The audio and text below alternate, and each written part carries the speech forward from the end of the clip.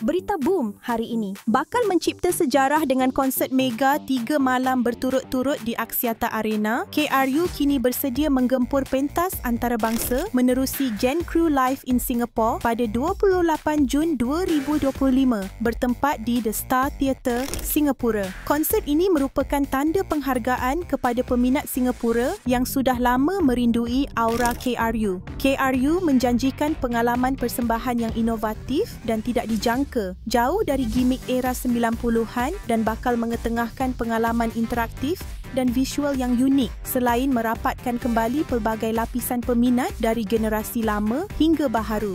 Harga tiket bermula $208 hingga $328 dan boleh dibeli melalui SeaStick bermula 14 April jam 11 pagi.